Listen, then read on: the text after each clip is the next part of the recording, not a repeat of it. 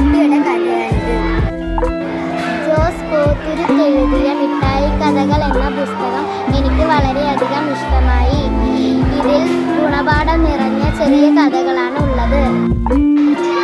ഞാൻ വായിച്ചത് ബഷീർ ചുടത്തറ എഴുതിയ സ്വാതന്ത്ര്യ സമര കഥകളാണ്.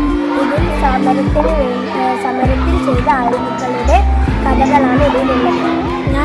ഞാൻ വായിച്ചത് പി സുരേന്ദ്രൻ എഴുതിയ അമ്മ എന്ന കഥയാണ്. ഈ കഥ വായിച്ചപ്പോൾ എനിക്ക് വളരെ വിഷമം തോന്നി. ഒരു പാവപ്പെട്ട അമ്മയുടെ കഥയായിരുന്നു ഇത്.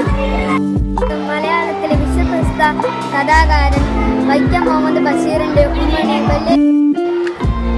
ഞാൻ വായിച്ച ബുക്കാണ് പടയോട്ടം. കെ പല്ലശ്ശേരിയാണ് ഇത് എഴുതിയത്. ടിപ്പുവിന്റെ പടയോട്ടത്തിൽ നാടാകി ഇറങ്ങലിച്ച സമയത്തുണ്ടായ ഒരു സംഭവത്തെയാണ് ഈ ബുക്കിൽ ചൂണ്ടിക്കാണിക്കുന്നത്. ശ്രീ ഗോപാലനാർ എഴുതിയ കുട്ടികളുടെ വാത്മീകി എന്ന കഥയാണ്. ഇതിൽ പ്രധാനമായും രാമായണത്തെക്കുറിച്ചാണ് എഴുതിയിരിക്കുന്നത്. ഇത് വായിച്ചപ്പോൾ എനിക്ക് രാമായണത്തെക്കുറിച്ച് കൂടുതൽ അറിയാൻ പറ്റും. രാമായണ കഥ കുട്ടികൾക്ക് എന്ന കഥയാണ് വായിച്ചത്. എനിക്ക് രാമായണത്തെ പറ്റി ഒരുപാട് അറിയാൻ കഴിഞ്ഞു. എനിക്ക് രാമായണ കഥ ഭയങ്കര ഇഷ്ടമായി. കാ എന്ന കാക്കിയും പൂ എന്ന പുസ്തകമാണ് ഞാൻ വായിച്ച് മനസ്സിലാക്കിയിരിക്കുന്നത്. ഈ പുസ്തകമാണ് ഞാൻ വായിച്ചത്. ഈ കഥയുടെ പേര് അത്ഭുത ലോകത്തിലെ ആലിസ് എന്നാണ്. ഞാൻ ഈ കഥ വായിച്ചതിലൂടെ എനിക്ക് അത്ഭുത ലോകത്തിലേക്ക് പോയ പോലെയുള്ള ഒരു അനുഭവം ഉണ്ടായി.